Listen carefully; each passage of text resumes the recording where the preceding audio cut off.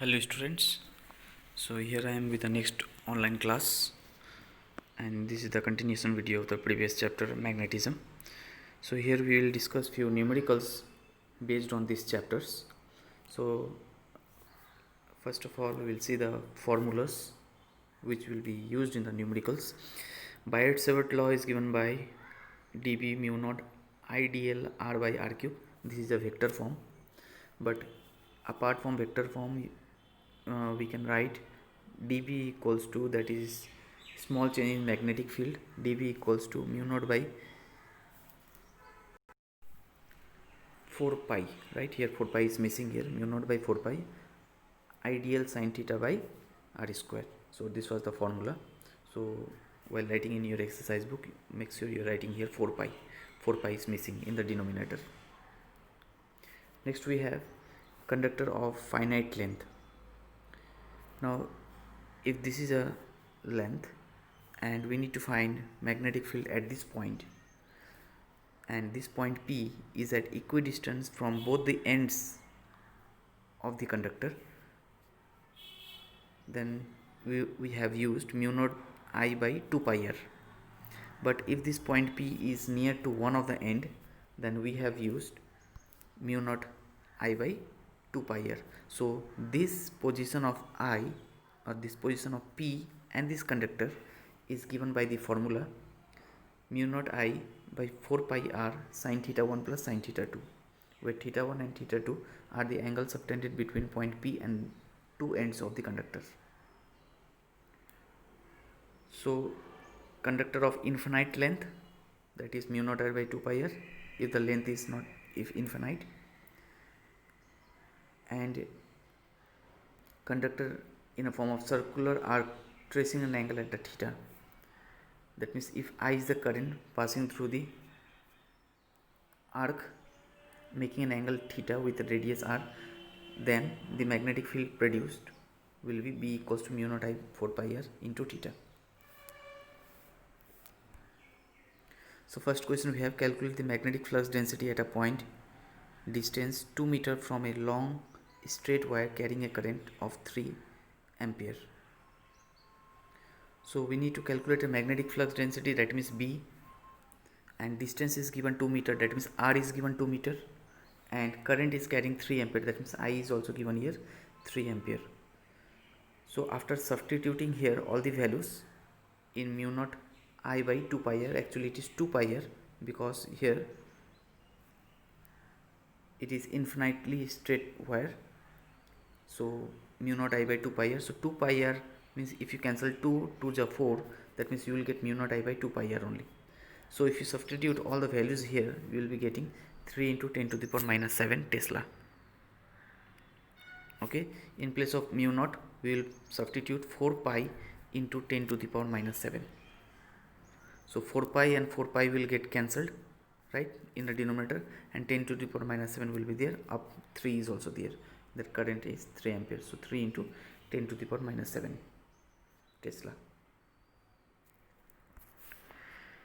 A straight wire carries a current of 3 ampere. Calculate the magnitude of the magnetic field at a point 0.15 meter away from the wire. Draw the diagram to show the magnetic field. So you see current is given 3 ampere. Distance is also given 0.15 meter, and we need to calculate a magnetic field. So this is the diagram. So mu naught I by 2 pi r for a straight wire. Substituting the values of I and R, will get the answer 4 into 10 to the power minus 6 Tesla.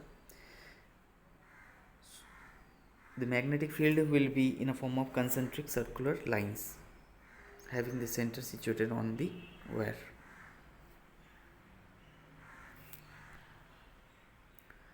Determine the strength of magnetic field in air. Distance is given 0.01 meter away from an infinitely long wire which carries a current of 2 ampere. So already it is said infinitely long wire, so mu naught I by 2 pi r. It is also written as mu naught 2 I by 4 pi r. Now after substituting the value, you will get the direct answer. So these are the simple questions.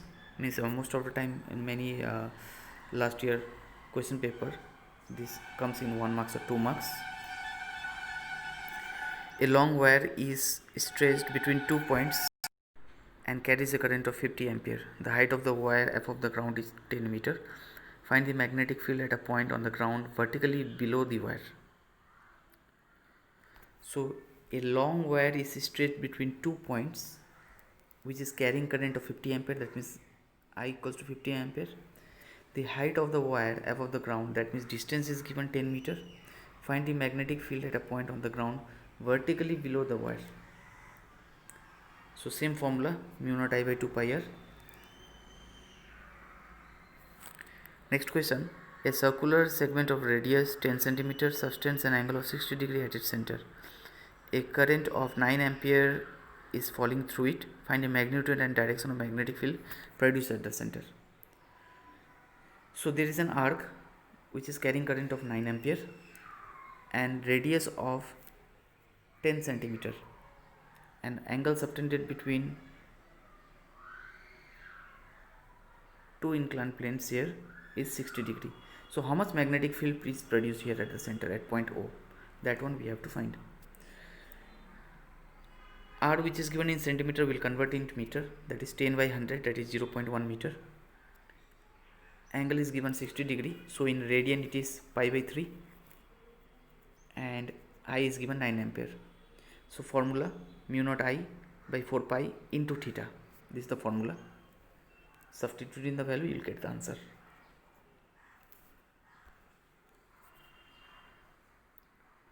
A vertical straight wire in which a current of 1 ampere is flowing is placed in a magnetic field of earth where H equals to 0.3 into 10 to the power minus 4 Tesla. Find the distance of the neutral point.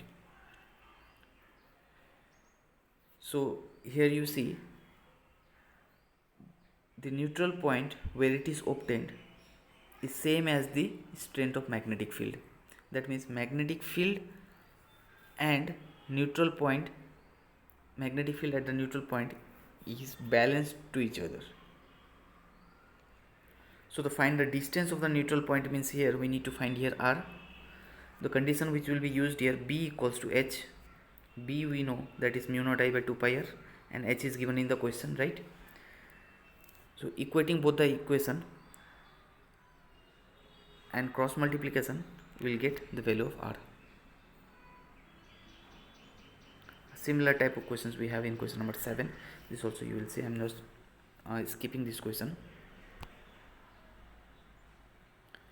Next question we have the wire shown in this figure 3a.6 carries a current of 60 ampere. Determine the magnitude of magnetic field at O given the radius of wire to be 0.02 meter. Radius is given in meter, current is also given, theta is also given. Okay, so you see here this angle is given 90 degrees. So what is this angle, total angle? 360 minus 90, that is 270. 270 is written as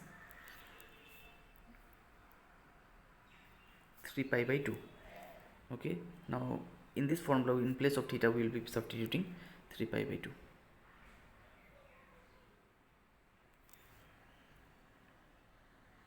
This is a very good question. A wire is bent in a U shape like this,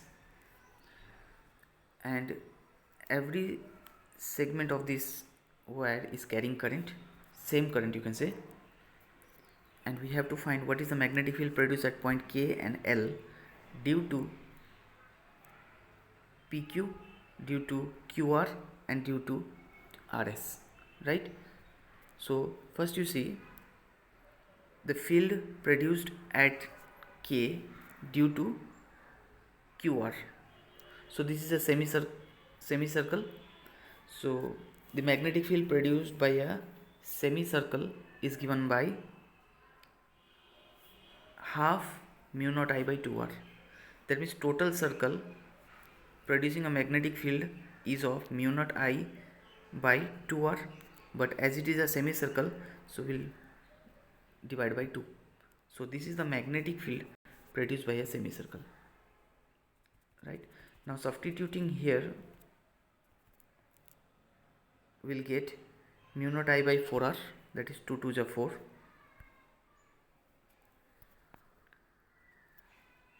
Next we'll find B2. B2 is the magnetic field produced by the segment PQ, right?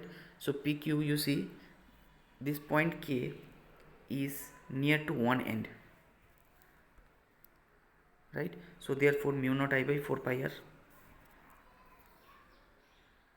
Similarly, point K is one end of SR, at one end. If it was at center, then we could have taken mu naught I by 2 pi r, but here it is near to one end, so again here mu naught I by 4 pi r. So what is the magnetic field produced at point K? That is B1, B2 and B3. Total magnetic field B1 plus B2 plus B3, where B1 is due to circle, semicircle, and B2 is due to PQ, and B3 is due to QR, or sorry, RS. So total magnetic field at point K is, we have to add all this one. So LCM, or before taking LCM we will take mu naught I by 4 r common. So after solving this we will get mu naught 40 I by 4 pi r, pi plus 2. This is the magnetic field produced at point K due to 3 parts of that bent wire. So what is the magnetic field now produced at point L due to PQ, due to QR and due to RS? This one we have to find. Okay, so you see this point L is very far from the semicircle, so the magnetic field produced due to QR at point L is 0. This point L is at center, more or less at center between SR and PQ. So the magnetic field will be mu naught I by 2 pi r, mu naught I by 2 pi r. So total magnetic field again B1 plus B2 plus B3, or you can say B1 dash, B2 dash and B3 dash. So after adding we'll get this, right? So we got BL also, we got BK also, that means magnetic field due to at point K. So in the question, if you see properly, compare the magnetic fields at K and L when I flows through it. We have to compare. That means we will be dividing at last here BK by BL. So after dividing we will get this relation. So few things will get cancelled. Mu naught I by mu naught I will get cancelled. Pi r and pi r will get cancelled. So at last we will get this answer. Okay. So similar type of question we have seen in my previous video. There is one square where side is given and which is carrying a current. So how much magnetic field is produced at the center, right? R is given, this is the formula, and angle subtended at the center due to two ends of the square is subtending angle 45 degree. So after substituting in place of theta 45, here theta 2 is also 45, and other values, other substitution, will get the answer 1.028 into 10 to the power minus 4. So until and unless you calculate by yourself, okay, you will not gain confidence. So I suggest you to copy the question on your exercise book and write all these numericals on your exercise book sincerely. So force on a charge moving in a magnetic field is given by Q V cross B or BQ V sin theta, and 1 Tesla is given by 10 to the power minus 4 cos. Okay, here. So these are the simple questions which is based upon force on a charge. Here an electron is moving with a velocity, so velocity is also given and magnetic field is also given, right? We need to find force. So charge of an electron, that means 1.6 10 to the minus 19.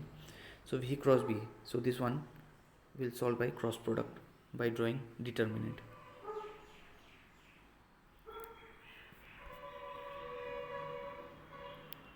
An alpha particle which is moving with a speed, so speed is given here V, magnetic field is also given 3 Weber per meter square, means 3 Tesla, both are same. Charge is also given, mass is also given, right? We have to find acceleration. Acceleration is given by F by m, where F equals to BQB. Substitute in the formula, you will get the answer. This question is based upon galvanometer. galvanometer resistance is given 25 ohm, S is given 2.5 ohm, Ig by I, this one we have to find, and this is the formula conversion. So what part of the total current flows through the galvanometer? That means Ig by I, where Ig is the current through the galvanometer and I is the current flowing through the circuit. And the last question of today's class, this is from the transformer. Number of turns in primary and number of turns in the secondary, it is given in the question. Input power is also given, right? And we need to find here, calculate output voltage and current in the primary. Okay, so we know input power equals to output power. Input power P equals to VI, right? So similarly here formula, Vs by means if number of turns in secondary is increased, so voltage will increase. If number of turns in primary will decrease, so voltage will decrease. So Vs by Vp equals to Ns by Np. This is one relation. So from cross multiplication we will get output voltage, that is voltage in the secondary circuit, and input voltage means here Vp into Ip. So P input is already given in the question, right? And Vp also given. We'll just divide and we'll get the answer. So for this video only this much. I will be sending the PDF file in your WhatsApp group also. Make sure you're writing all the numericals in your exercise book. Okay, so next class we'll start with a new chapter, that is AC circuit. Thank you.